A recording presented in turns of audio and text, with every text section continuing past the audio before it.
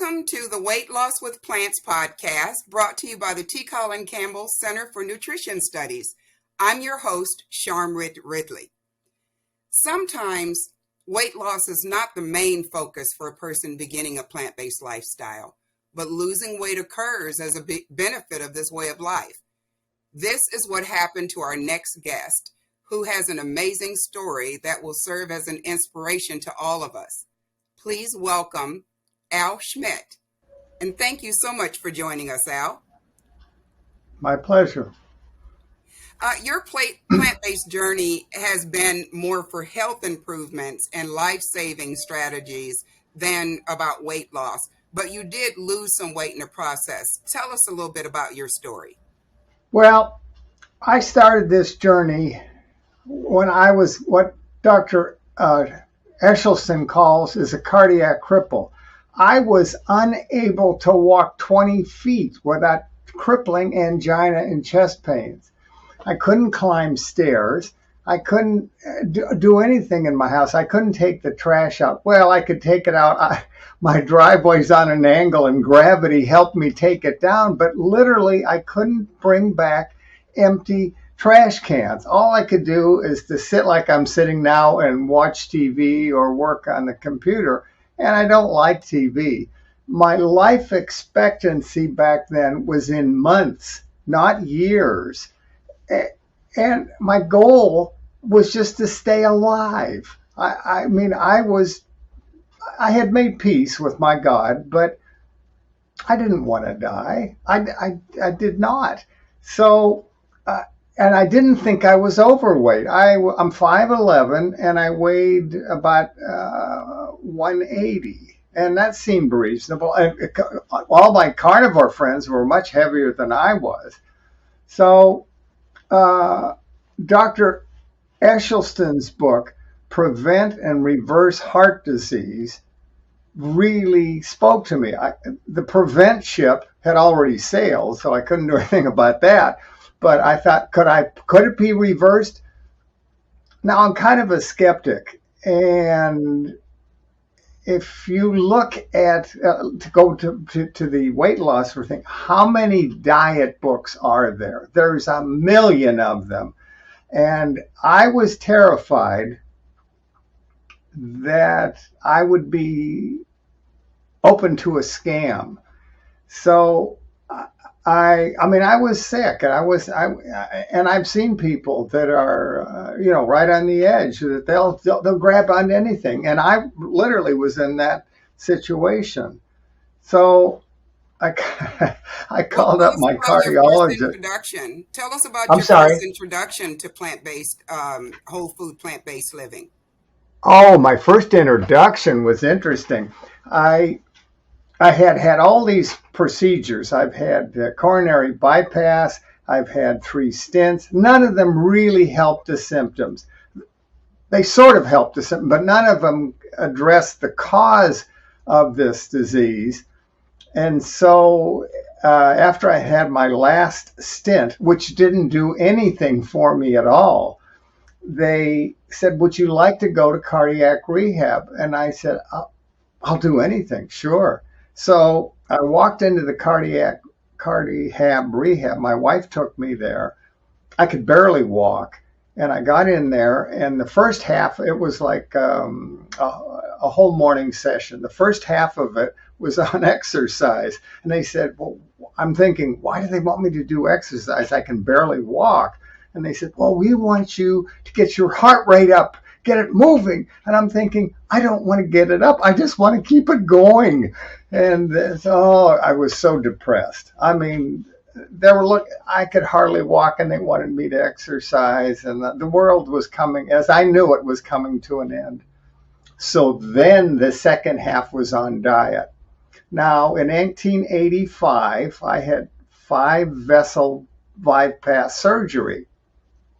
And it was the most traumatic thing in my life. It was like they put me in a gunny sack. All my ex-wives came and just beat the daylights out of me. And then still in the gunny sack, they threw me down the stairs.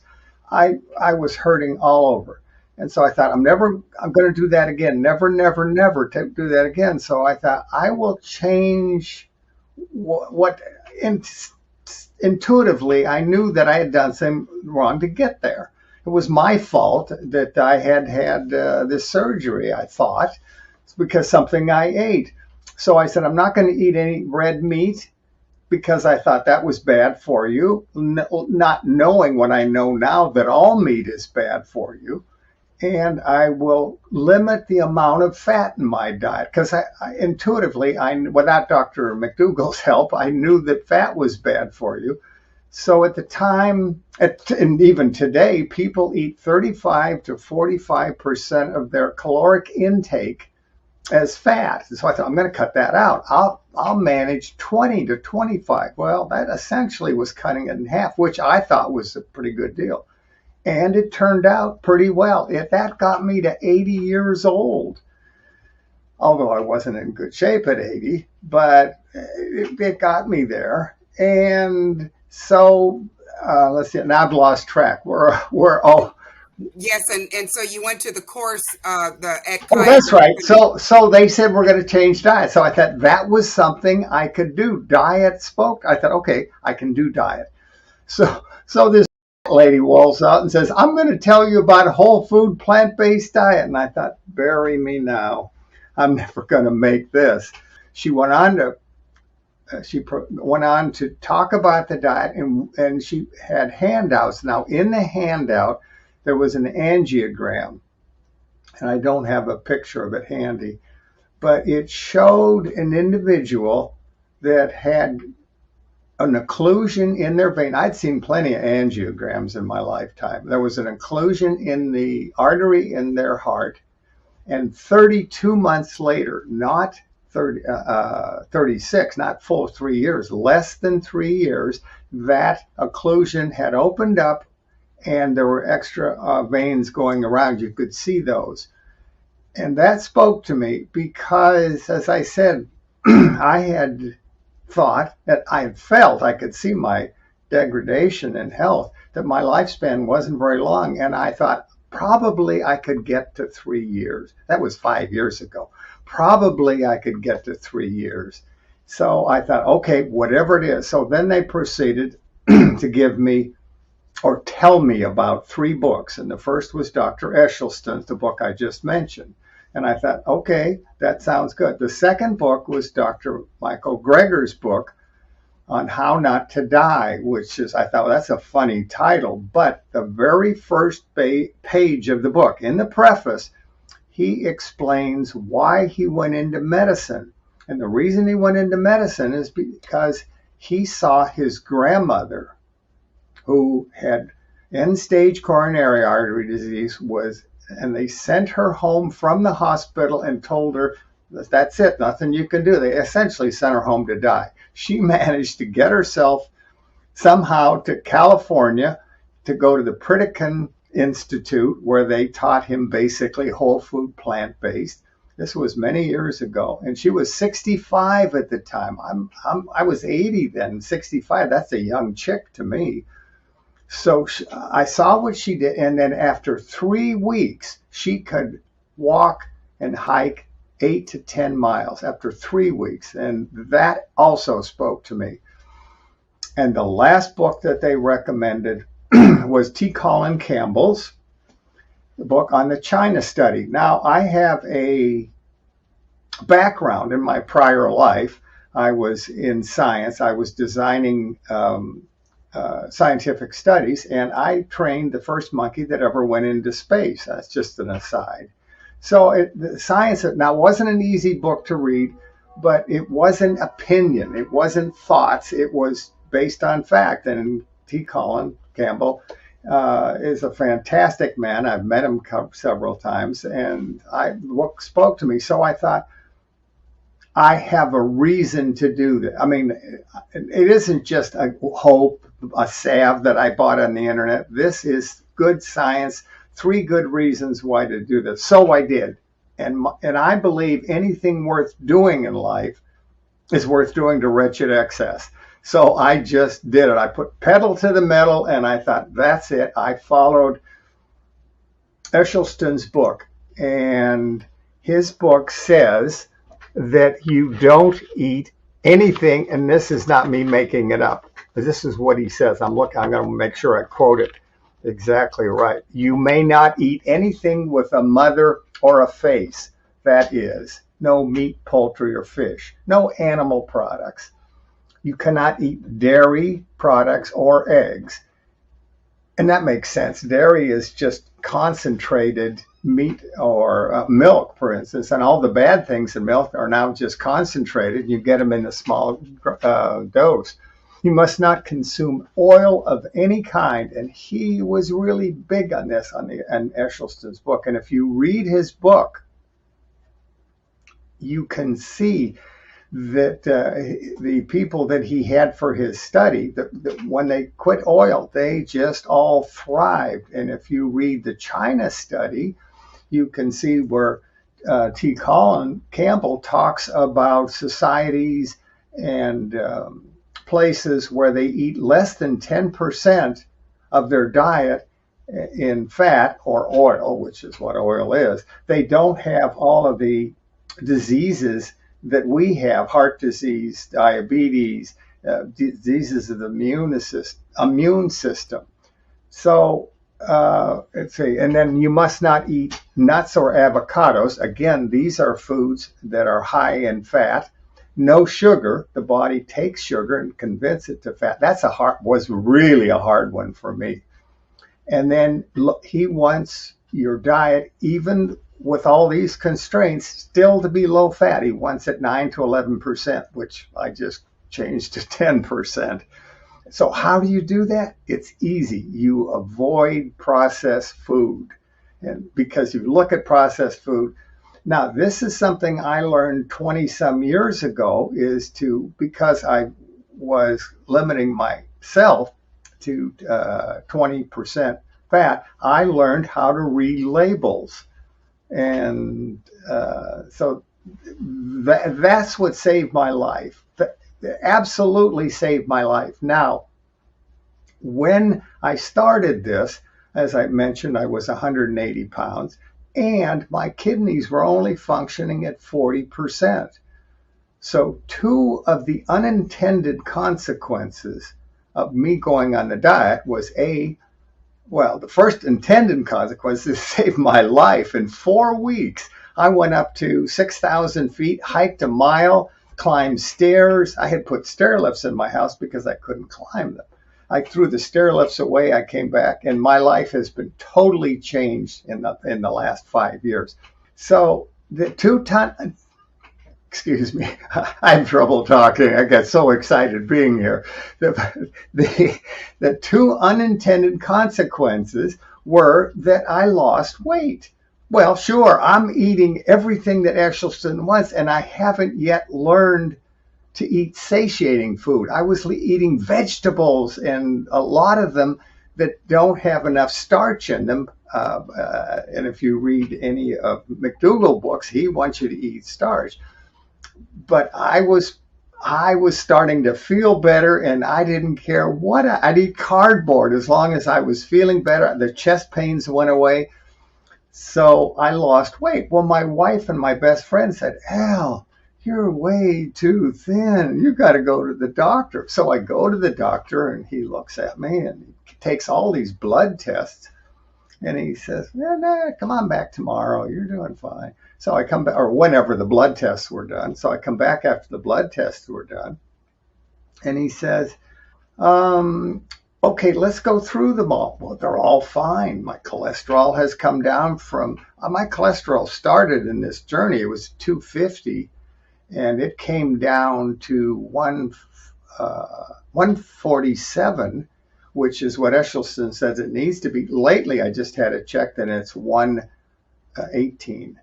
So it's come way down. But he goes on, and that's good. I'm very happy about that. And he goes on, and he says, "Oh, yeah, by the way, your kidneys are now normal." Or normal, he didn't even say now. And I said, "Whoa, but wait. You told me that they were at 40%. And he goes, "Oh, yeah, they were. Yeah, they were for years." I says, "Well, what happened now?" He said, "I don't know. You want to test them again?" I said, "You bet." So we test them again. I come back in again. "No, they're normal." And I said, well, you guys told me, not you, he had sent me to a class at Kaiser, all day class, learn how to cook, what to eat, what not to eat. And he says, yeah, they told me in the class that you couldn't, that would never reverse itself and never get fixed. How about that? And he says, I don't know. I get that a lot when you ask most physicians about anything about whole food plant, but well, I don't know. So they said, if it works for you, go ahead. So I was very impressed by that. And so then I said, all right, but what about my weight? I feel good. I don't have any problems. Well, I have tons of energy. I have more energy than I've ever had. What about that? And he says, well, let me look. So he looks up on the BMI chart. You know what that is? And it says, you're right in normal range. So go home. So that was my weight loss thing. And I to me, my father died at 59 of a heart attack. It was his third. And this was way before they had bypass surgery or anything. And I thought my father was fat. So my whole life I have worried about being overweight and being having problems with my heart. Well, if you look at people nowadays, my father would be considered stocky, like the actor on The Sopranos. You know, he's heavy set, but he is not, what we call fat today. He's not overweight. He's certainly not obese. My father wasn't. So, things change. And somebody told me once Americans have fat eyes.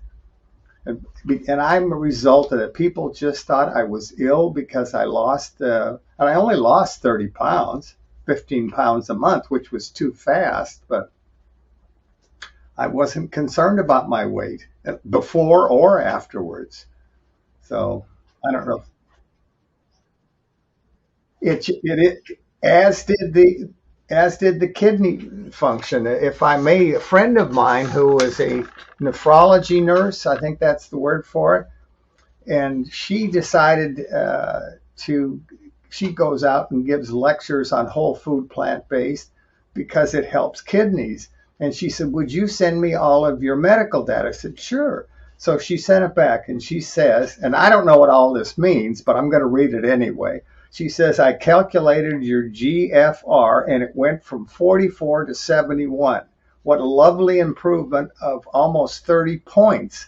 We say people lose about 1% of their kidney function every year. Well, you gained 27 years. Great job.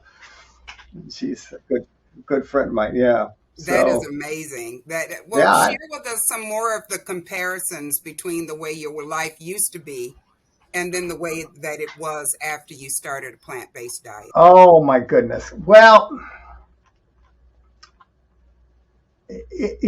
there's really no comparison. I didn't have a life. Now, I did for the years coming up to it. But for instance, in 2000, I went on this lifestyle. It's a real lifestyle change, and it's delightful. I've been doing it for 5 years. My friend Esther, who you interviewed, and I had a celebration. We both went on it the same month. But you have all this energy. You don't just sit around and wonder what's going to happen next. You just feel like you want to go out and do things. I'm 85 and I'm loving it. Um, Aside from the health benefits, aside from the fact that I couldn't walk and had terrible chest pains, yes, that's wonderful.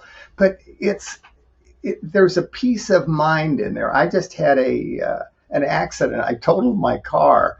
And oh God, they had to send me to the hospital. I said, I don't want to go to the hospital because the minute you guys get me, you're not going to let me go for 3 days because I have because I'm 85 and I have bypass surgery. Most people have 3 arteries to their heart. I have 1. The other ones have all occluded up, and the reason I'm alive is because the heart is smart enough, the body is smart enough, much smarter than we are.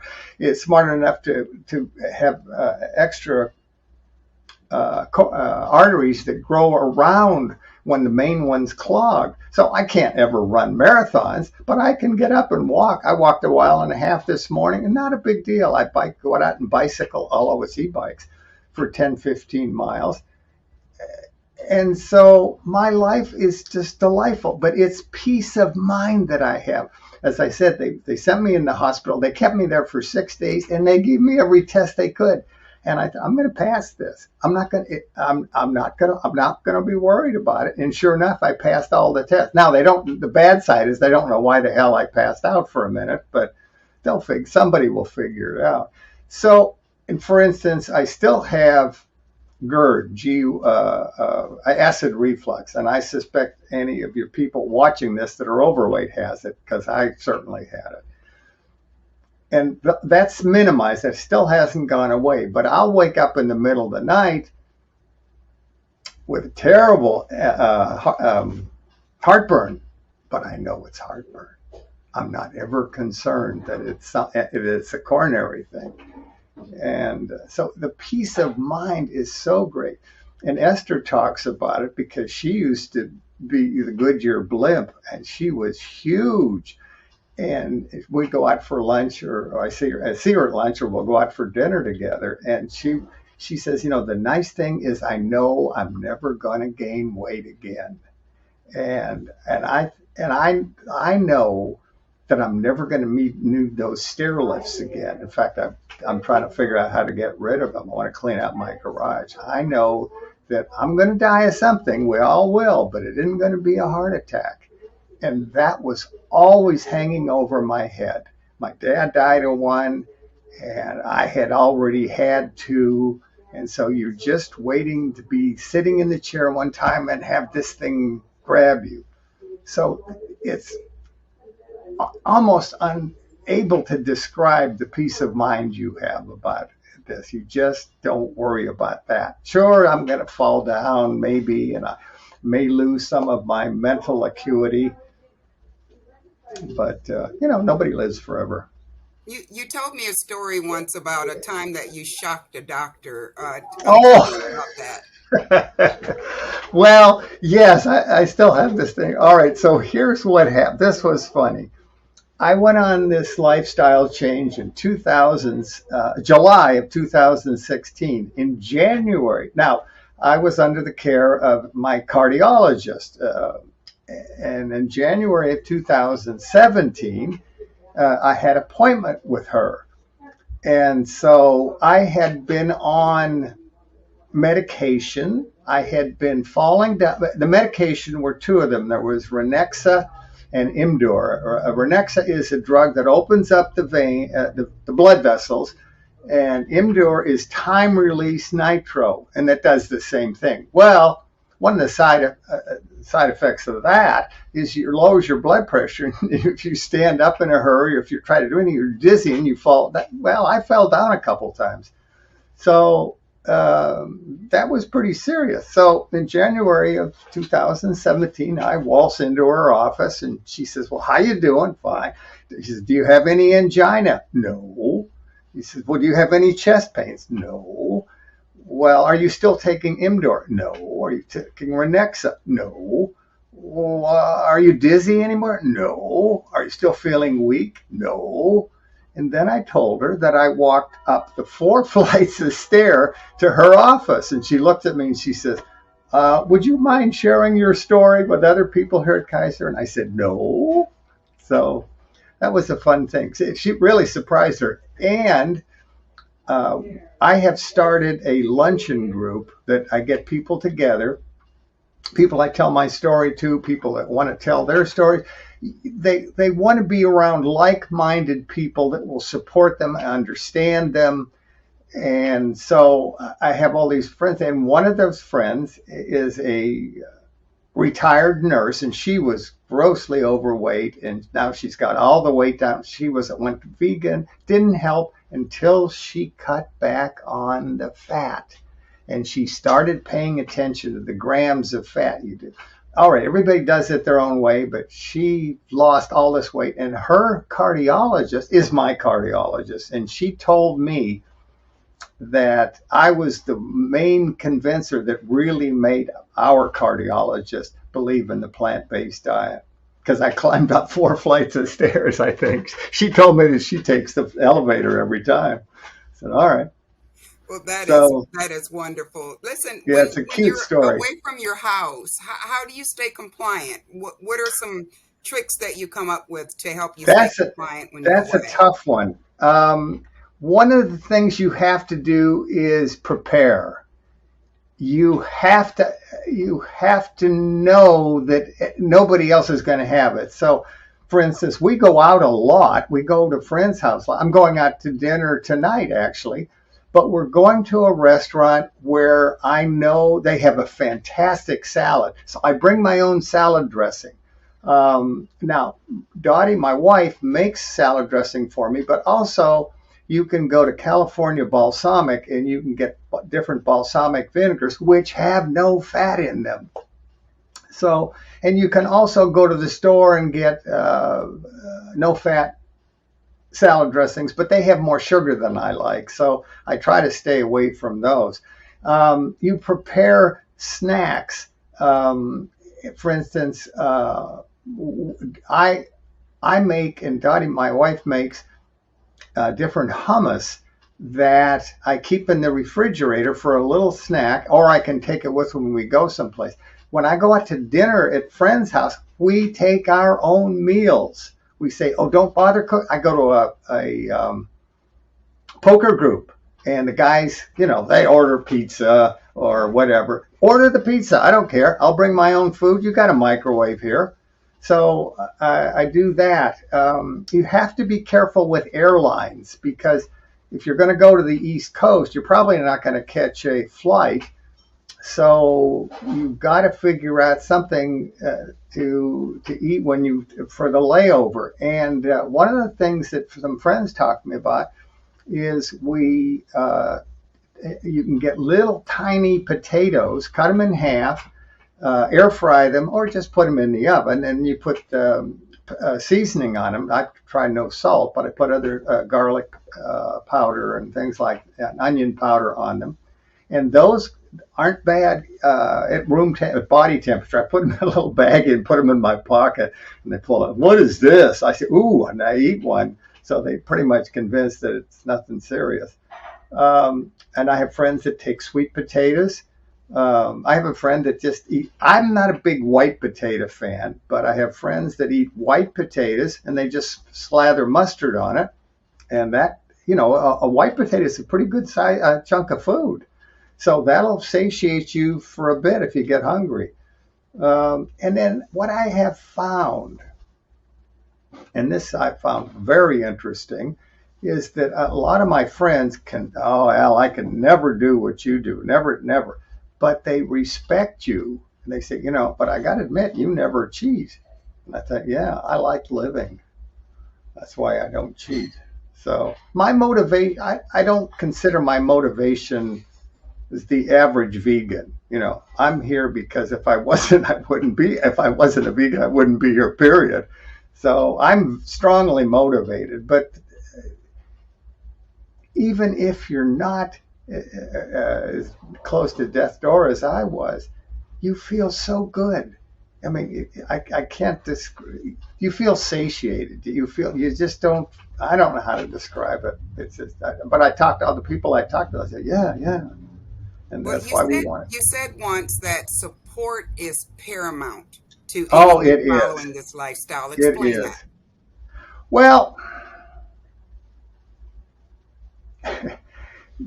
mostly people think that vegans are weird, and I think a lot of them are personally. But like for instance, I will eat a little honey. I'm not hurting the bees. Come on, give me a break here. And I eat leather shoes and I just, but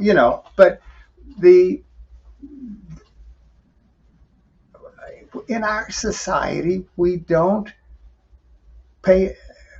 We are everything is social that's around food. That's the first thing. And the second thing is we are spoiled by food. We use it for not only entertainment, we use it for satisfaction and all.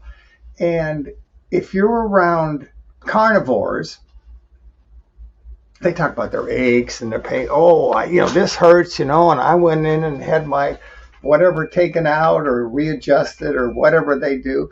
And you talk, if I'm together with, if you and I went out to dinner today, we would talk about our health. We would talk about the things that we do to make our life easier, to little tricks and tips, what we would put on our cheeseless pizza.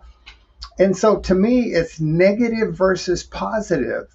The people that in our lifestyle are positive people because it has been positive for us. Whereas if you eat all of the good things that the ice cream, the cheeses, the fats, your body is not happy with you. I spent the weekend with this. My brother-in-law's wife passed away, and he got remarried. And this woman is a nice lady. She's delightful, but she's grossly overweight at the time, and she has something Bowel Syndrome, where things aren't working right, and she's talking to somebody else about the pills they're taking for her. And it's hard for me to keep my mouth shut, as you can tell. That I could listen, dear. You could fix that overnight, and just by eating the right foods, that would all go away. And I'm pretty sure that that's what I've seen on Dr. Michael Greger's website. So,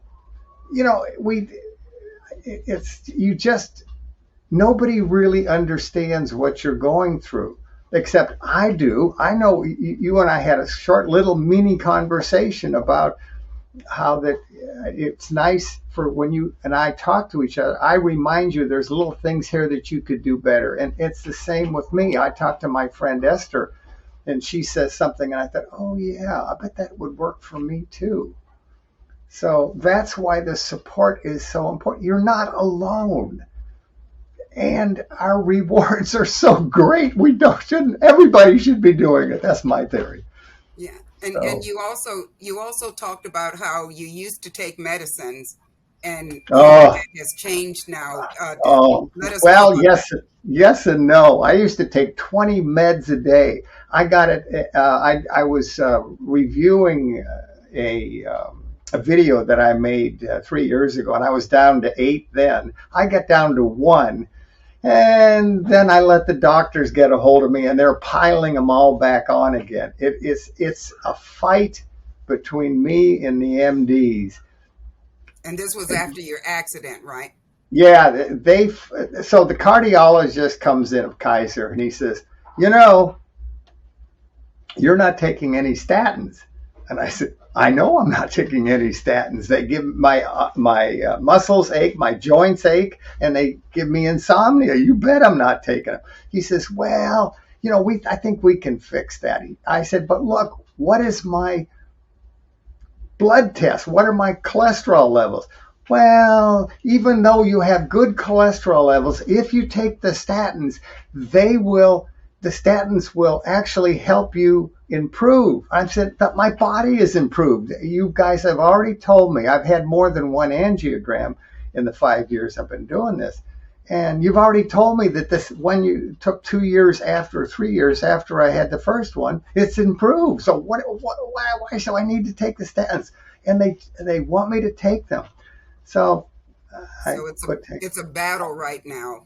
It is a battle. Doctors, and anyway, I'm down from 20. They got me back up to 8 again, and I'm going to narrow them down. I have a tendency for high blood pressure, and if you listen to McDougall, he says you got to be careful of that. I've heard other MDs that will say that, look, your pipes are clogged. You did clog them over 80 years, so it takes more pressure to get the blood through. And I thought, okay. And it wasn't that high. It was in the 140s. And the second number has always been low. So so I think that's a good thing. I don't know. But now it's down, quote, where they want it. But I'm taking 2 meds, and I'm not happy about it. So we'll see. It's a lifelong battle. Yes. So you also have a website, right? I do, right up. Can you read that? It's Yes, backwards to Staying me. Alive, WFPB.com. Tell us about that. Yes, staying alive.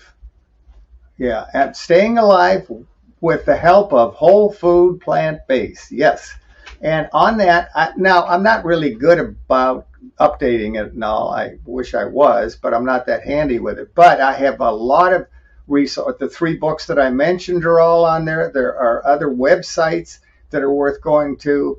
Um, when I started this 5 years, a little over 5 years ago now, 5.5 years ago, I didn't know anything. The only book that I had were those 3 that I mentioned, and really only Echelon's books had recipes on it.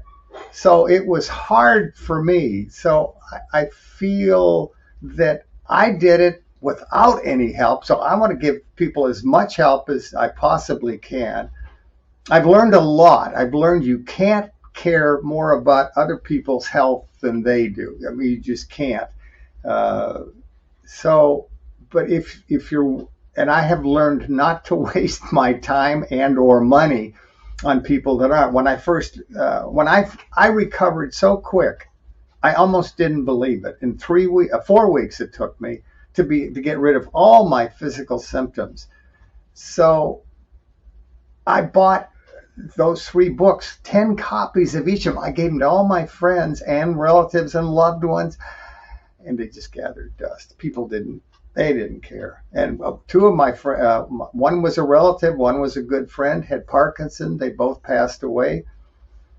The widow of one of them came and said, "Yeah, we never read your book. Why don't you give it to someone that cares?" And I'm thinking, okay, so you can't help people that don't want it. And So what advice would you have for someone who was someone who might walk up to you and say, what can I do to improve my life, to lose weight? What are some pieces of advice you would give them? First, just eat more vegetables. That's the first step. Just eat as many as you can. And then wean yourself. And it isn't that hard. A lot of people can say, oh, I can get off meat. And they do it. I've seen people just the next day. A friend of mine, it was in my bicycle group, and he had a heart attack. And then, so he had friends coming for dinner the next night, and they had already planned this. And he had prime rib. Okay, he had all this prime rib laid out. And he looked at it and he says, "I can't eat that." And I thought, he's going to make it. And so he gave up meat that time. And then I worked on him to make sure he gave up fat or oil, but low fat. Make sure it's a low fat diet. So I tell them that you're not going to believe how good you're going to feel. Just the energy that you're going to pick up. I'm convinced my mental acuity is, my speaking has not improved at all. My mental acuity is better than it used to be. My wife thinks I always thought I'm an ass. Now she thinks I'm a smart ass. So you can tell by that. And I sort of, it's not fair, but I sort of see how much they're willing to put into it. Because if they're not, they're never going to, I say, well, it's your life. You can do whatever you want, but it isn't how long you're going to live. It's how well you're going to live. And I always tell people that one. And a lot of people look at me as an example. I mean, I'm the oldest guy in my bike group by 20 years. So I went hiking. I want to brag a little bit, if I might. I went on a trip with a bunch of geologists. I was invited to go, mainly because I had an RV and they didn't, but that's all right. And we went to Utah, and we went looking for a quarry for this special kind of rock. And the entrance to the quarry was at 10,300 feet. And we hiked 2.5 miles up and 2.5 miles back, 5 miles to the quarry, which was at 11,000 feet. And I'm just having a ball. Now, I got winded and I had to walk slow, but I did it. And I was just, So when they took me to the hospital and they said, well, we think you have trouble with your heart. And I said, listen, let me tell you this story. And so I did. And they wrote it on my charts. I thought, okay, that meant something to them too. So if, we don't have to, the average person, the statistic for the average person is they spent the last 17 years of their life disabled in some way. And for me, I didn't think it was going to last 17 years. I thought it was going to be, just a couple of months disabled. So, I don't. What I say is, it's there. It's not that hard to do. I did it. When I say it's not that hard, it is hard. But if I can do it, anybody can do it. I don't have any special self-control. I have friends that help me and people like you that interview me.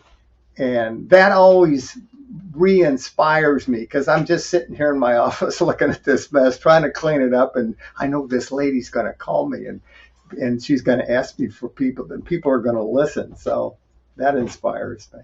Well, Al, thank you so much for being our guest today. This is, like I said before, such an inspiring story, and you continue to share the word. This has just been a pleasure.